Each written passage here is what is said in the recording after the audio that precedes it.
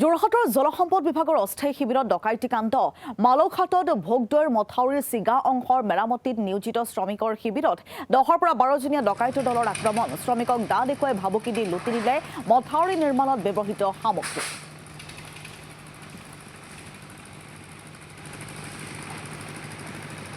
কালি যিটো ঘটনা হ'ল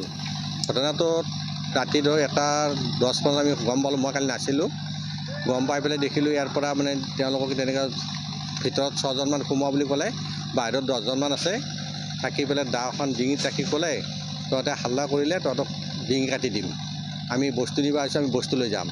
এনেকৈ কোৱাত সিহঁতেতো শ্ৰমিক মানুহ ভয় খাব সিহঁতে হাল্লা চিল্লা কৰা নাই আমাৰ ধৰক টিউব আছিলে